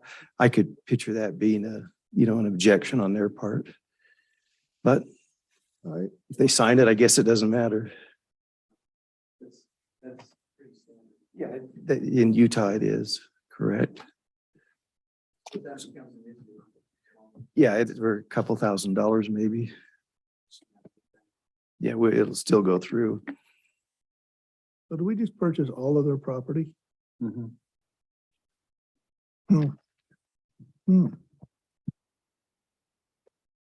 I guess my hunt on X is not right.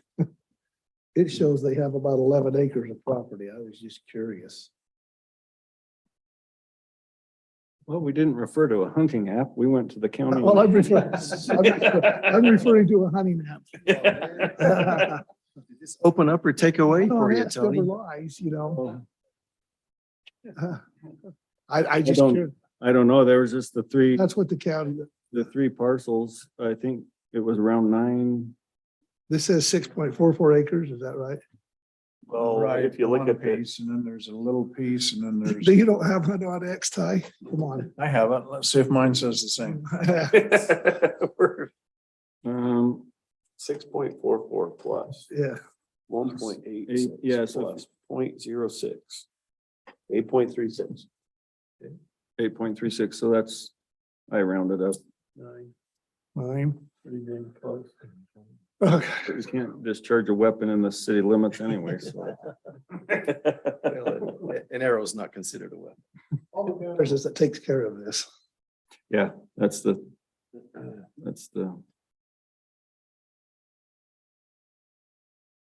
Mayor has hunt on X, so it's gotta be right. Well, I don't know how to use it like you know. Trespassing. Anyway, Plead ignorant.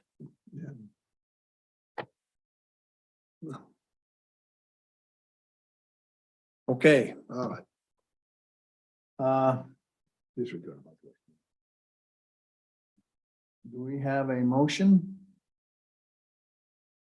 on the agreement between Morgan City Corporation and North Morgan Water Users Association / North Springs Irrigation? We accept resolution and pass resolution 22-45. Resolution adopting and approving a land purchase agreement between Morgan City Corporation and North Morgan Water Users Association, North Springs Irrigation Company for the purchase of property located approximately 1060 East, 525 North, Morgan, Utah. the amount of, Yeah. add that amount. It just says as per the agreement, so I think you'd reference the We can get agreement. on that. Okay. Yeah, I think we just referenced the agreement, Okay. I'll which second- has the 176, by the Okay. way. I'll second it. Okay, we have a motion from Dave to adopt and approve resolution 2245. Resolution adopting and approving a land purchase agreement between Morgan City Corporation and North Morgan Water Users Association / North Springs Irrigation Company for the purchase of the property located at approximately 1060 East, 525 North, Morgan, Utah.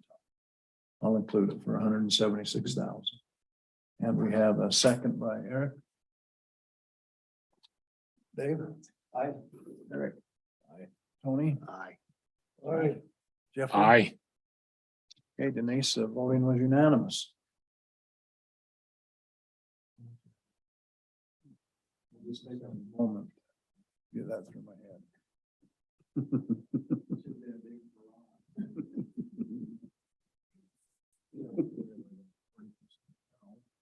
Okay. Might move up to the second. You good with that? I have one question for you, Ty, Mayor. Are we, as the city shareholders and majority, well, not majority, but we hold more than any other The single, largest. largest.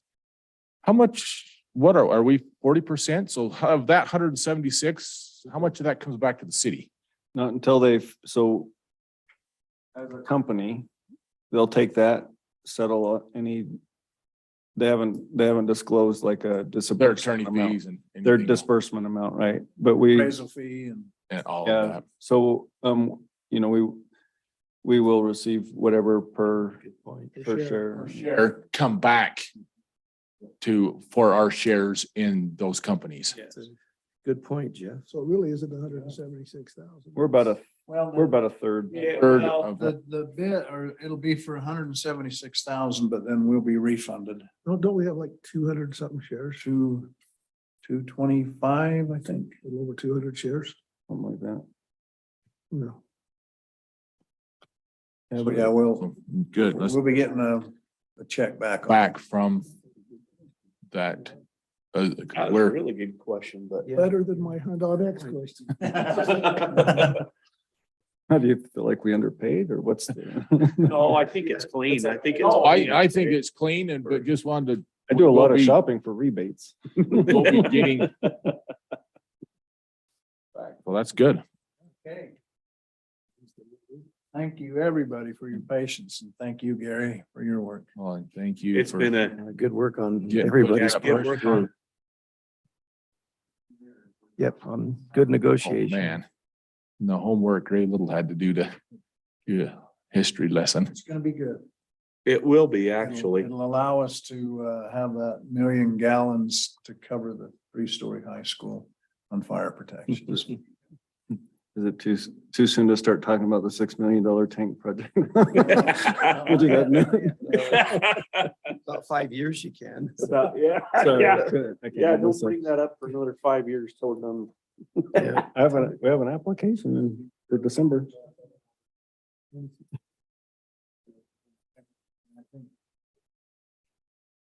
I think there's companies, construction companies that are gonna donate that, aren't they, Jim? The tank. I do excavation. Let's go to item E. Amendment to Title I, Chapter 1-15. It seems like the We did- same. We did that. That's where, We've done that one. amen. Okay, let's go to F.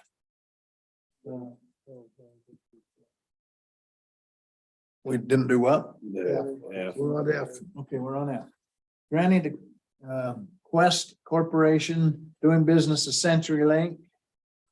QC is, help me, Quality control. quality control.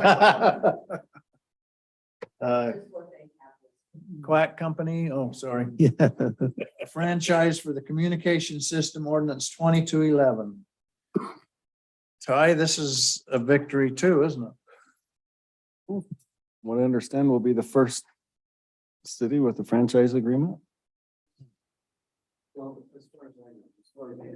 It's not real Wow. common, but anyway, for us, a big deal. We've operated for years without, and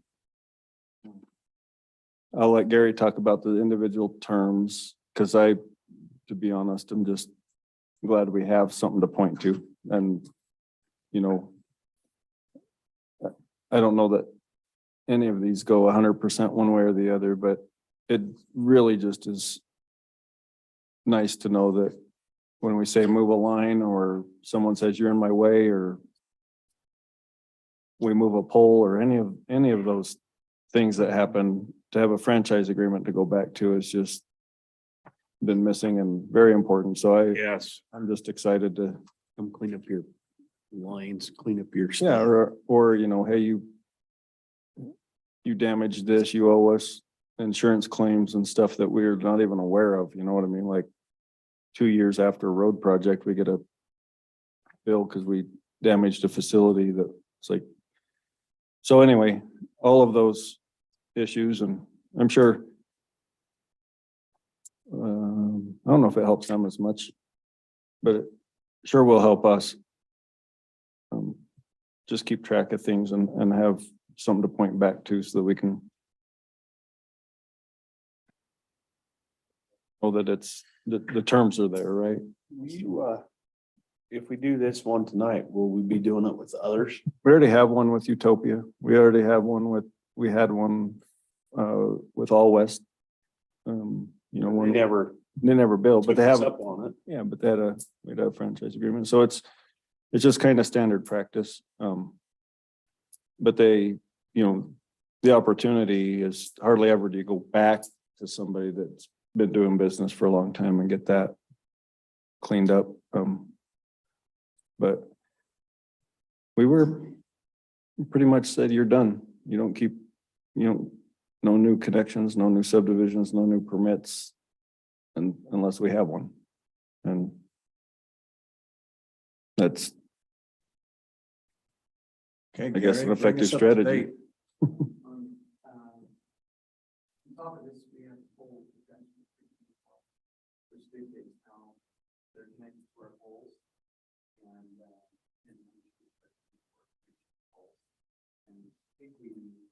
We've been doing that. No, we haven't. This wasn't in place, they wouldn't sign it, and this is in place. And now that this is in place, sometime they'll know. In the, oh, perfect.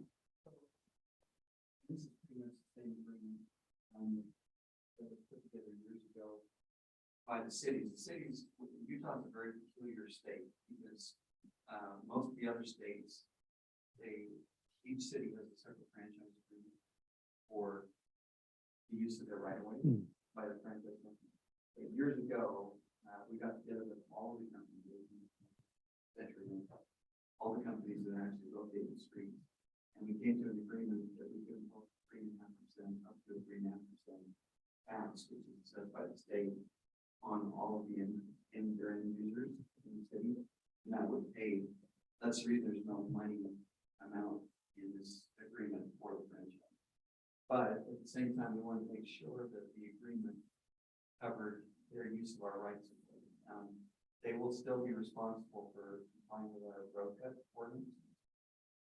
They can't just come in and cut new roads, they'll have to pay a premium, and cut those, but most of them look like open aerials, so we probably won't interfere with that.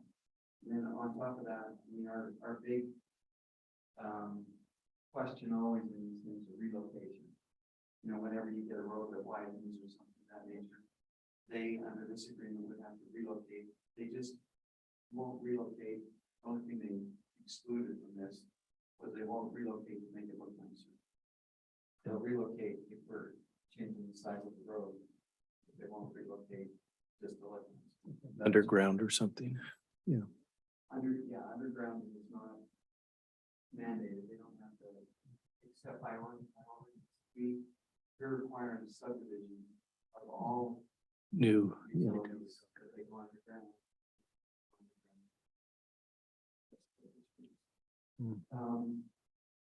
And then there's an insurance provision, so that we're covered if any damage occurs. It's pretty much exactly what we put together for Century or for Utopia and for it's pretty much identical.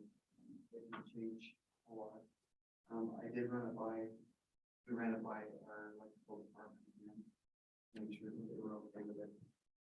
But they did approval on it. I understand. Yes.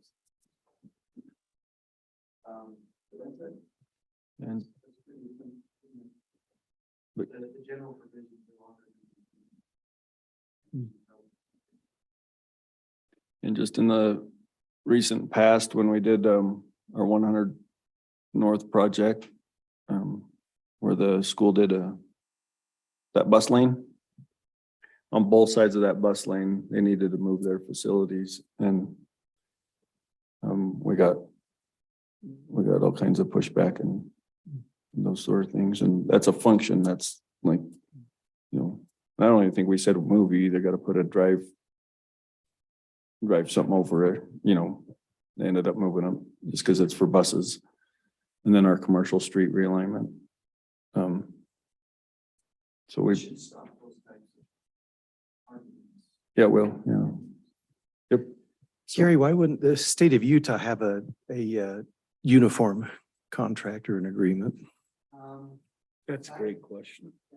Back at the time, there were all kinds of, there was legislation pending against cities like Salt Lake that were charging property rates. So it goes up to the legislature, you're charging what you want. So we're going to regulate. We said, wait, let us work something out with the companies. We worked something out with the companies, and it worked out pretty good. Throughout the years, it's kind of been a model for other states. Maybe we go.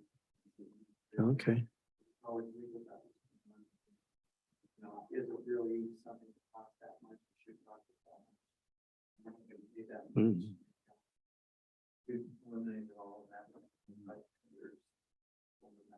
So this agreement follows that. Oh, good. Okay.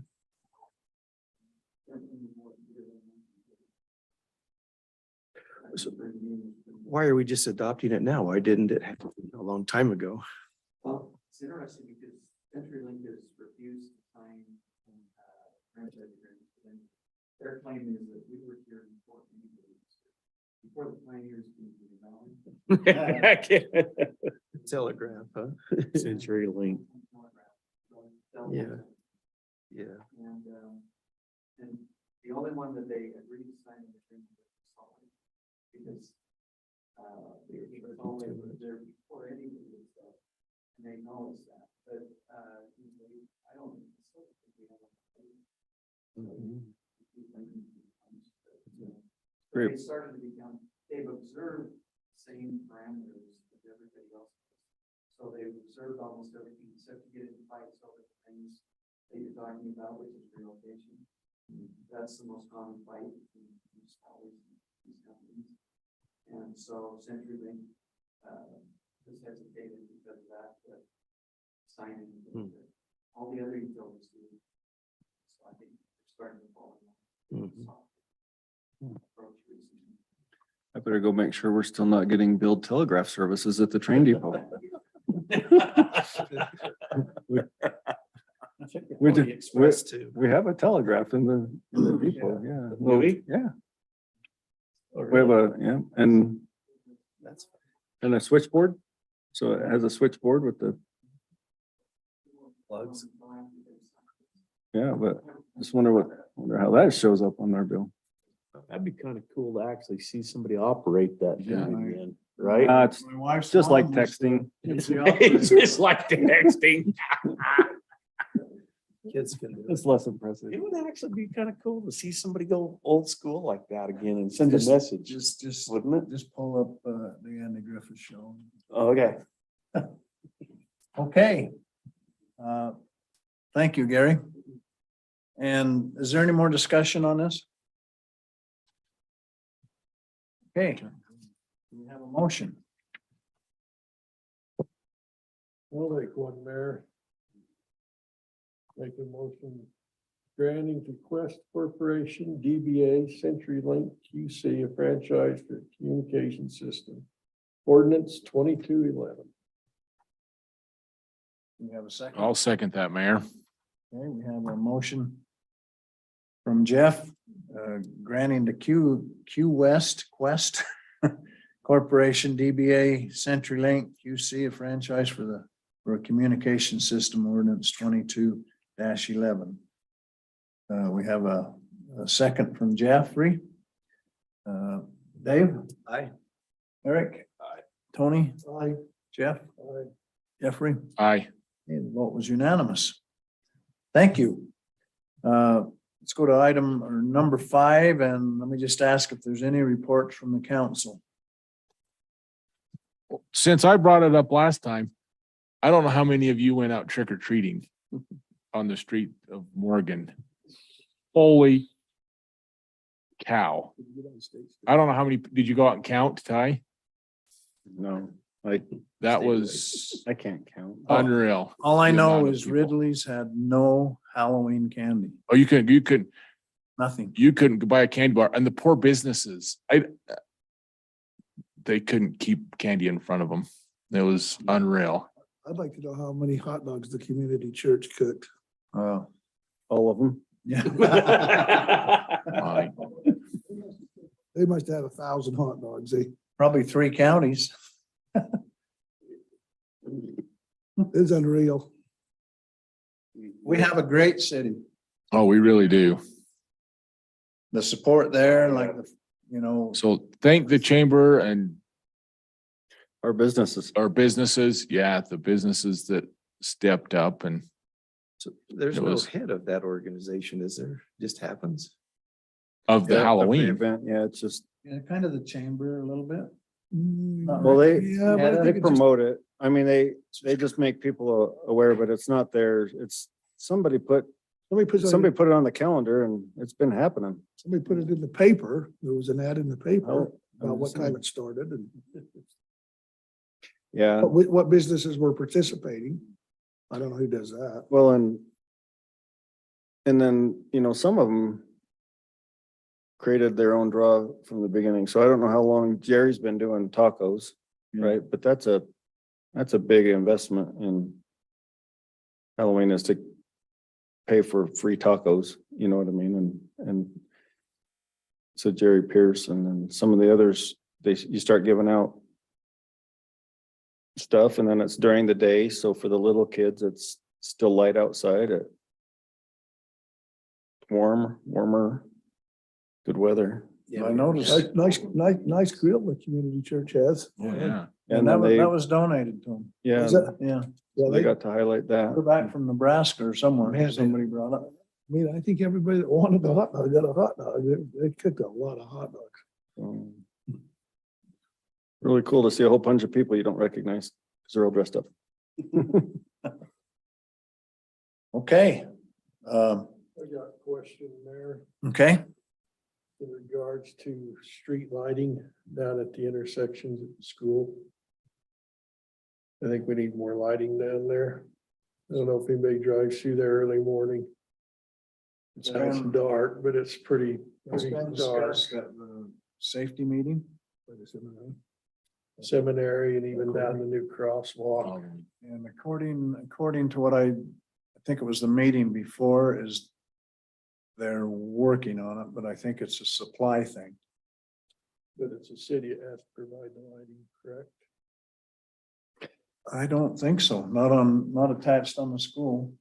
Yeah, I mean, it looks like it needs to be street lighting. So actually. some yeah, when they read it, More than what them decorative lights, like the new ones we put in going up the street, they don't put out a whole lot of light. You need the big ones that, shine down. okay, I can dig into that a little bit, Jeff, because it seems they're improving the lights that they have on the school itself that are gonna shine out towards the street. So let me, I don't know if that'll do it. Let me chase that down. so Mayor, that lighting's between the seminary and the school, the crossing and that was their own lighting. When they redid the school, we had them put in lighting for the intersection, but it's not adequate. And then so we didn't ever have, the city doesn't have a pole. It's all been either on school property. It's gonna have to be added. Right, that's what you're saying. It's like, because we tried to do that through permitting before they used to have a whole row of lights, if you remember, before they redid the front of the school. Yeah, I do. And then they took that out and we said, well, if you're gonna redo this, you've got to still provide lighting and I think the energy saving lighting or whatever, and the direction, like you said, hasn't been adequate since that time. So we'll have to just go look at adding Get all the cars in them Pole. intersections, plus You know- kids trying to walk. maybe that Young Street project, we could add a lighting component Yeah, that'd be a good idea. on the rebuild, because Somewhere we need to add some. we're gonna have to add lighting to the bridge, lighting to the Young Street. Can I ask a question about the design of that bridge? Was asked to me. Yeah. Is it gonna be the one like by the high school where it's got the fence that kind of comes up and curls up? No. So it has a 4-foot barrier on the side. This one has razor wire. This one, But I know what Are you what gonna- teenage kids will are do. you gonna go jump off of it now? so no, what, it is a kid. when they're going through the standards, they looked at the barrier, I think it was 4 feet, right? So on the side, it's gonna have a 4-foot barrier, and we were gonna see if that was adequate. And so we'll either just see what we can do, but at some point, Kind of like State Street Bridge, isn't it? yeah, more like that. But see, we have the one with the fencing, we have one without, and it's not that we've had any additional problems with one or the other. When it's new, it's probably gonna get discovered and rolled on. They're by the fairgrounds. Mhm. Yeah. yeah, so we'll, I've been with that one. anyway, but it doesn't include any fencing on top of the concrete at this point. And I guess when we get to that point, we'll talk about if you want to add a diving board or fencing.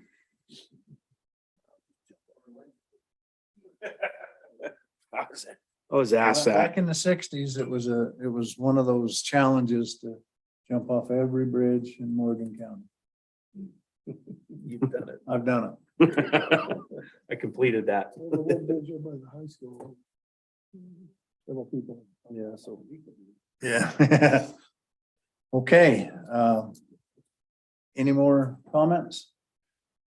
Ty? I think we've pretty much updated every project that we can imagine of them. Enough of, yeah, I think we're good. Just the sign out front got finished today. Saw that. I didn't know. Hey, I do have a question though. Are we gonna be meeting next? Would that be on the 22nd? Did I see that? What? Yeah. That would be our next meeting. Do we have agenda items? Yeah. I think what Eric's referring to is, do we need to have a meeting? Who wants to get a start on a turkey? Well, I won't be around. That's why. Holiday. Because of the holiday coming up, but I don't have any agenda.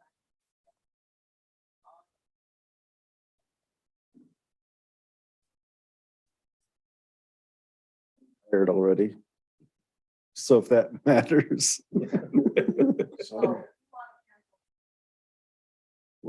Yeah, well, we'll know, I think, I think we'll know closer if there's any, we'll just work with the mayor on if there's any agenda items that can wait. Right? Which we could find that out in the next day or two. What do you think? Well, we'll just see how, yeah, Huh? we'll go look at it. Yeah, Don't look at make it. that decision yet. Did you say there was a city Christmas party at the bowling alley again? Is it- We're planning on it. Are you okay with that? Yeah, I'd rather go golfing. We're gonna have it's looking like an indoor golf Is it on that Friday? coming, so. So we're gonna have to call that a retreat and not a party. If you're gonna go somewhere, place warm, you're gonna have to The have. junket, whatever you want. Well, You have a date? We don't, we're still trying to book that, but typically it would be like the Thursday right before Christmas break, so that the third's Friday. Yeah, 22nd. I think that's kind of what we're looking at. So what we usually do is we do it at the end of the day so we can, the employees take some of the morning to help get ready for it. Then we all meet, and then, you know, when bowling is done, you're basically on Christmas vacation for those that have leave. And I guess with that, if we don't meet the 22nd by chance, is there anything we need to be aware of to do with hometown Christmas? So that's the third, Right, that's December 3rd, right? December 3rd, yep. So if we don't meet again, that's a good point. We have that coming up Saturday, December 3rd. Yep, so the tree festival is still gonna be in the end building where the newspaper was and the church is gonna be. So everything else is pretty much the same. We will have the train depot open, like as a little open house, And the caboose? not the caboose. There's nothing to see in there. But they can walk around it.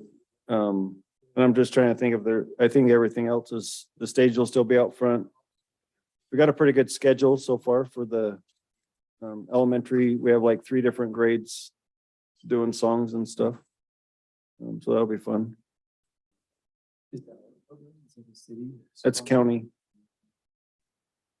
So the city provides the stage and the traffic control. We help with. Yep. Well, Jerry Pierce actually donates his sound with the chamber, and then the Lions Club does Santa Claus and wagon rides. The chamber does the tree fundraiser and the gingerbread house competition, and the businesses all do kind of their own thing. We do the kids games, so the city gets 5, I think one already has like 5 people lined up for kids games. So that'll be fun. Food trucks, all that. So we'll see if we can't get more people than Halloween. Good luck. So we usually fill It's pretty big. the street, yeah. Yep, so it's a fun day. Yeah, on the 19th of November, if anybody wants to go lit like a camel up the hill, feel free. Take the wise man or a camel. That's the 19th of November. Yeah. Or a lamb or a sheep. Okay. Thank you, everybody. Great meeting. You can Adjourn. take the savior. Thank you, Gary. Did you get a? I'm really